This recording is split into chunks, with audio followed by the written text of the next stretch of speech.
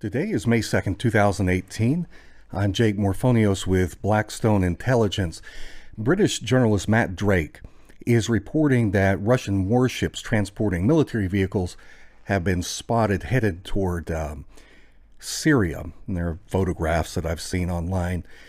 And from what I'm gathering from other sources, Russia is clearly concerned about these ramped up Israeli airstrikes going on in Syria against Syrian and Iranian forces. They're worried that this could reverse some of the progress that Russia has been making in securing Syria from these U.S. coalition interventions. So what Russia is doing is they are quickly resupplying Syria with military hardware, with vehicles, to reinforce their own coalition. And Turkish sources are reporting that the BSF Taper class LST Nikolai Felenchikov is en route to the Russian air.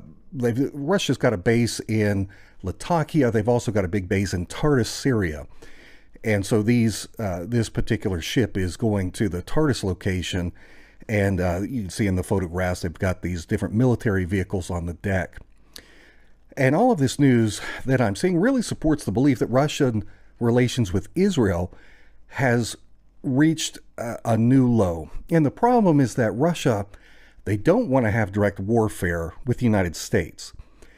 But with the United States using Israeli airstrikes now as a proxy to attack the Russian coalition forces, direct conflict with Israel is really becoming inevitable at this point.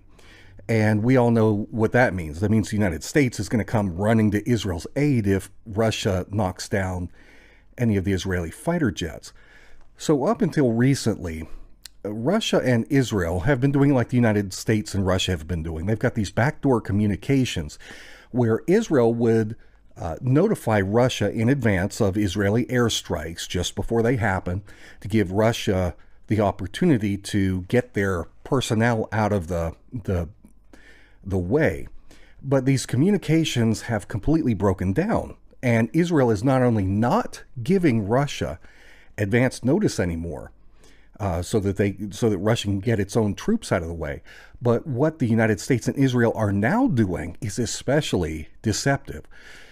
Some of you asked in comment sections on videos this week how it is that I think Israel was able to, with Russia and Syria on guard, how is it that Israel was able to come in again and carry out all of these successful airstrikes that killed the Syrian and Iranian soldiers and targeted some of their weapons depots and compounds?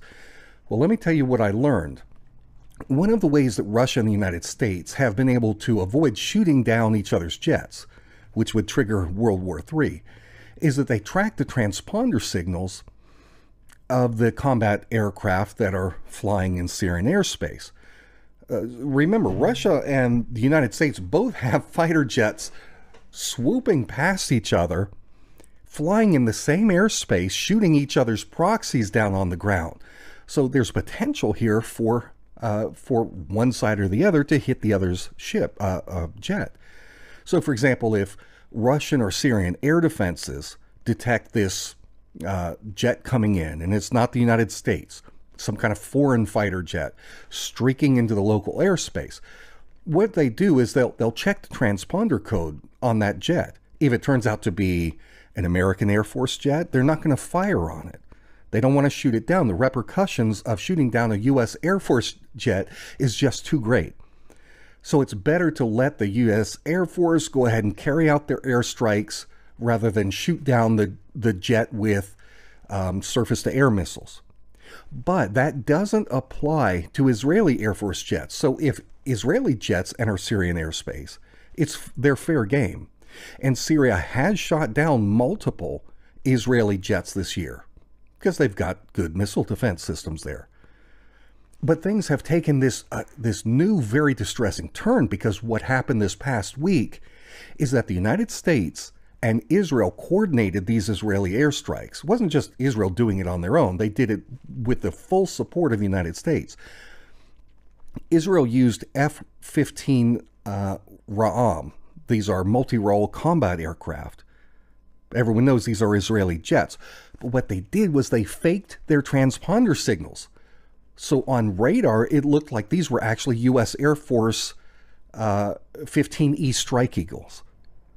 And not only that, but instead of flying in from the south, from Israel, and going up into Syria, which is what would be expected, what they've done in the past, this time these Israeli jets followed a route through Jordan and through Iraq to enter Syria. And again, this is done to mimic the routes of U.S. fighter jets and make it look like these are American jets. Russia and Syria, they don't have nearly as many of these air defense systems set up in the eastern part of the country, because until now, the only jets entering from that direction were U.S. fighters. And they don't want to shoot down the U.S. fighter jets. And one more thing that they did is these Israeli aircraft used Delilah standoff missiles and GBU-39B small diameter bombs. And the reason that that is significant is because these kinds of bombs, these are 250-pound GPS-guided glide bombs. They only have a maximum range of about 60 miles. And that's if they're released from high altitude. So what this tells us is that these Israeli jets, they would have had, since they entered in from the east, they would have had to fly for a significant distance. They would have been in Syrian airspace for a long time before they eventually fired off these missiles over in the western area of the country where they struck the targets. So that means that Syrian and Russian radars, they would have had these Israeli aircraft on their radar for quite some time. If they had realized that these were Israeli jets, they would have had ample opportunity to shoot them down, as they've done in the past.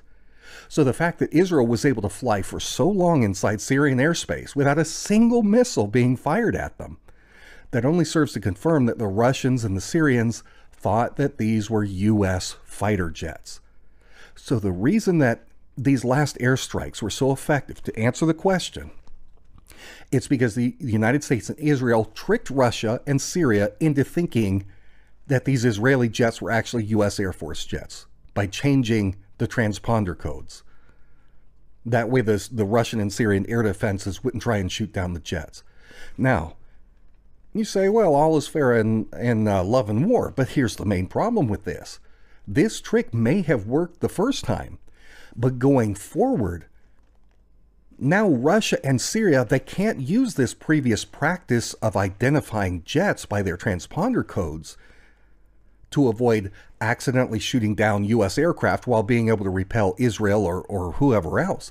Now that Israel is pretending to be the U.S. Air Force, either the Russians and Syrians are going to have to let Israel come in and do whatever they want in Syria without consequence, or they're going to have to start firing missiles to bring down jets that could very well be U.S. fighter jets.